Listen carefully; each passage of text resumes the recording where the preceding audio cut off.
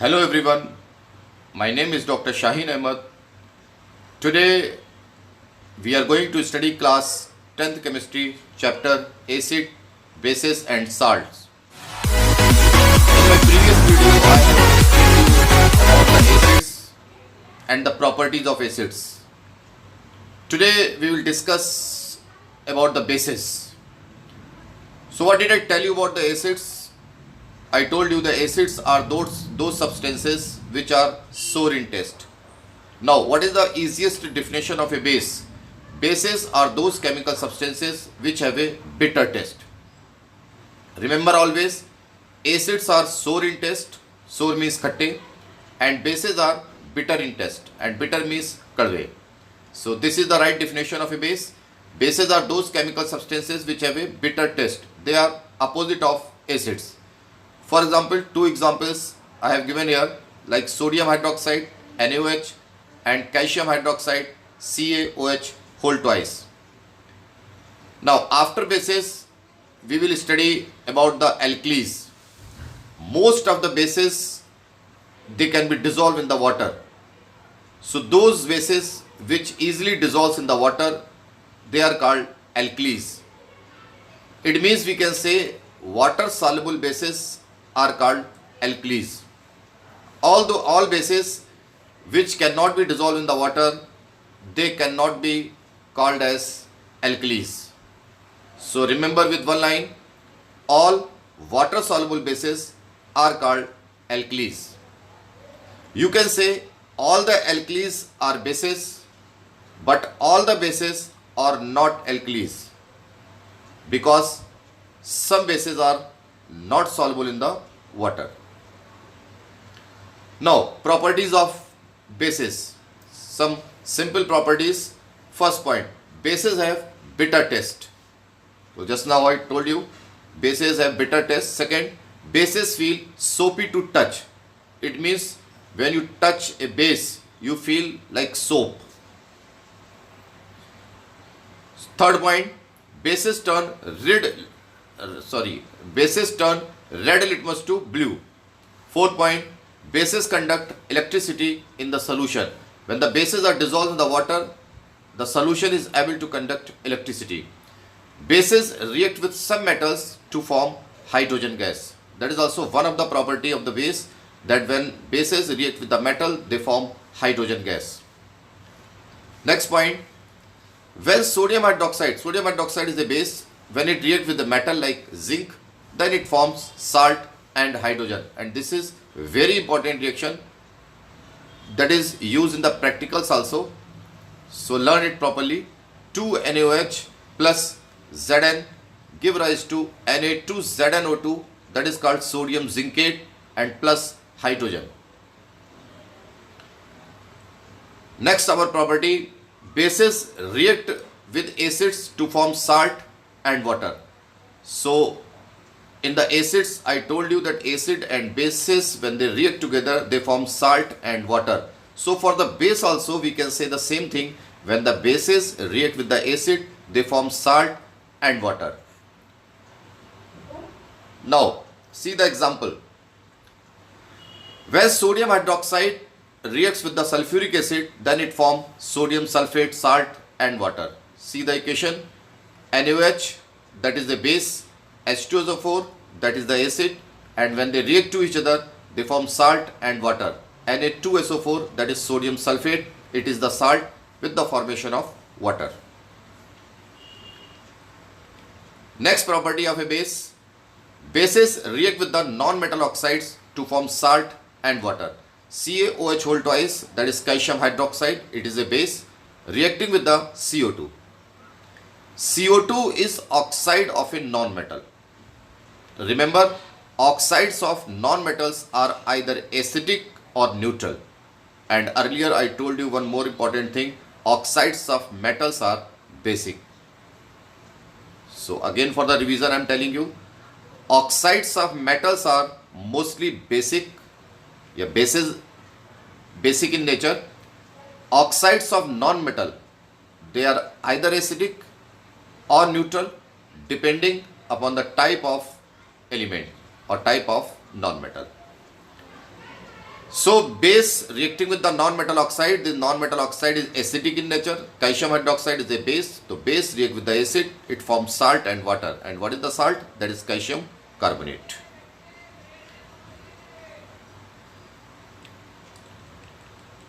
Now, next our topic, what do all acids have in common?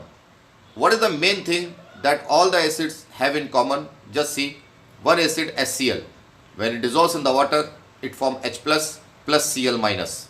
H2SO4, when it dissolves in the water, it forms 2H plus SO4 minus 2. SO4 minus 2 is sulfate. HNO3 give rise to H plus NO3 minus. NO3 minus is nitrate. So when we are dissolving these acids in the water, what you are observing and what is common to them, and that is H plus ions. So you can say the another definition of acid, that acids are those substances which on dissolving in the water produce H plus ions. So all these acids, they are producing the H plus ions. So that is why they are said to be acid. And since these acids, they produce ions like H plus ion with one more ion like HCl, H plus Cl minus, H2SO4, H plus SO4 minus 2 sulfate, HNO3, H plus NO3 minus. So it means acids, when they dissolve in the water, they form H plus, as well as we can say that these acids on dissolving in the water, they are producing ions. And since the acid produce ions, so that is why the solution of acid conduct electricity. For the conduction of electricity in the metals, we need flow of electrons, and in the solutions we need ions. Those solutions which contain ion in them, they conduct electricity. So the acids, they also contain ions in the solution. So acids also conduct electricity. It means acid solutions conduct electricity. Now, this is one experiment. Acid conduct electricity, and with the help of this, we will prove that how the acid conduct electricity. So dear students, let us understand that why the acid solution conduct electricity. To prove this, we will perform one experiment, and under this experiment, we will take a beaker, and in this beaker, downside, we will take a rubber cork.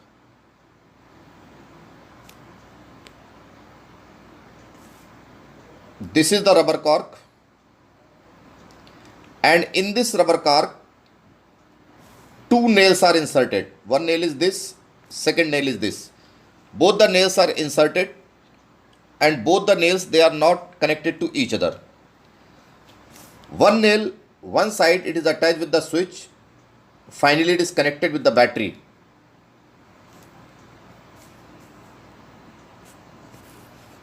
Second side, this nail attached with the bulb, and then it is attached with the battery. Now, if I asked you, if I switch on this circuit, bulb should glow or not? Then your answer will be, bulb does not glow. Why? Because both the nails are inserted in the rubber cork and nails are not connected to each other. So the cell circuit is not complete. And since the circuit is not complete, the bulb does not glow. Now what we will do? We will take one acid solution, and that acid solution we put in the beaker. And then what happens, that we will observe.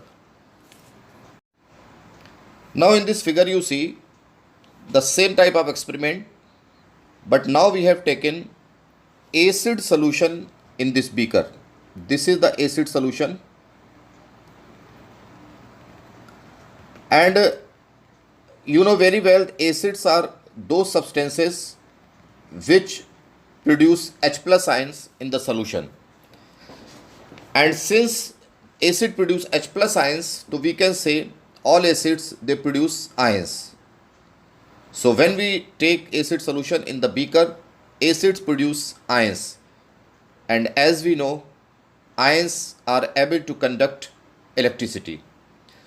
So when the iron nails, they come in contact with these acid solutions, so the electricity is conducted from the one nail to the another nail, and cell circuit completes and the bulb start glowing. So we can say that acid conduct electricity. Why? One time more we revise. Acids on dissolving in the water produce ions. Out of all the ions, one ion must be H plus. So since the acid produce ions, so that is why solution conduct electricity, cell circuit completes and the bulb start glowing. Now we do the third experiment and only we make a little change. The same experiment, and instead of dilute hydrochloric acid solution, we take glucose solution. And when we take glucose solution, then what do we observe? And we will see that the bulb glows or not. So finally we observe on taking the glucose solution, the bulb does not glow. Why? Because the glucose molecule is covalently bonded molecule. On dissolving in the water, glucose does not produce ions. So since the glucose does not produce ions, the cell circuit remains incomplete and bulb does not glow. It means in this experiment, any type of solution which produce ions are able to conduct electricity and the bulb glows, and those solutions which do not produce ions, they do not conduct electricity and the bulb does not glow. I hope you have understood this experiment. Dear students, we are going to understand the next topic of this chapter, acid, bases and salt, and the topic name is acids do not show acidic behavior in the absence of water. And for this we are going to perform this experiment. This experiment has three parts.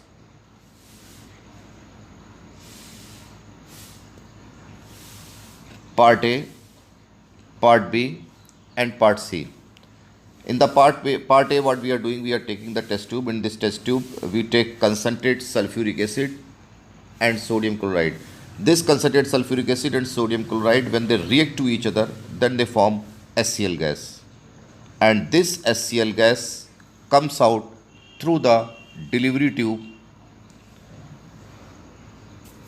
And when it comes out, when this gas, HCl gas, comes out from this test tube through the delivery tube, then we bring the dry blue litmus paper near to the mouth of this delivery tube.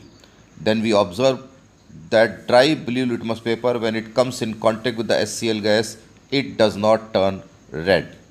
But in the third part of the experiment, we see the same experiment, test tube, and in this we take the concentrated sulfuric acid and sodium chloride, and both are reacting to each other and they form the HCl gas. And this HCl gas comes out through this delivery tube. This time we are bringing the moist blue litmus paper near to the mouth of the delivery tube. But this time HCl gas, when comes in contact with the moist blue litmus paper, at once the blue litmus paper turns red. Now, what is the difference between these two parts of this experiment? In this part B, we are taking the dry blue litmus paper, and in this part C, we are taking the moist blue litmus paper. So, what is the difference in this? Difference is when the HCl gas comes in contact with the dry blue litmus paper, it does not dissociate or it does not produce H plus ions. H plus ions, actually they are mainly responsible for anything to show the acidic behavior, any solution or any gas to show the acidic behavior. And since the HCl gas in the presence of dry blue litmus paper does not dissociate, does not form H plus ion, so here the blue litmus paper does not turn red and HCl gas does not show acidic behavior. But in this part C, we are seeing that HCl gas, when it comes in contact with the moist blue litmus paper, then in the presence of water, HCl at once breaks into the H plus and Cl minus ions. And as just now I told you, H plus ions are mainly responsible for anything, either solution or gas, to be acidic. So, in the presence of moist blue litmus paper, since it contains the water, HCl at once breaks into the H plus and Cl minus ions, and H plus ions are mainly responsible for this HCl gas to make it acidic. And at once this moist blue litmus paper that turns red. So, with the help of this experiment, we can easily understand that in the presence of moist blue litmus paper which contain water molecule, the HCl gas shows the acidic behavior, but this dry blue litmus paper does not contain the water, so HCl gas does not dissociate into the H plus and Cl minus ion, and that is why here the HCl gas does not show the acidic behavior. Thank you.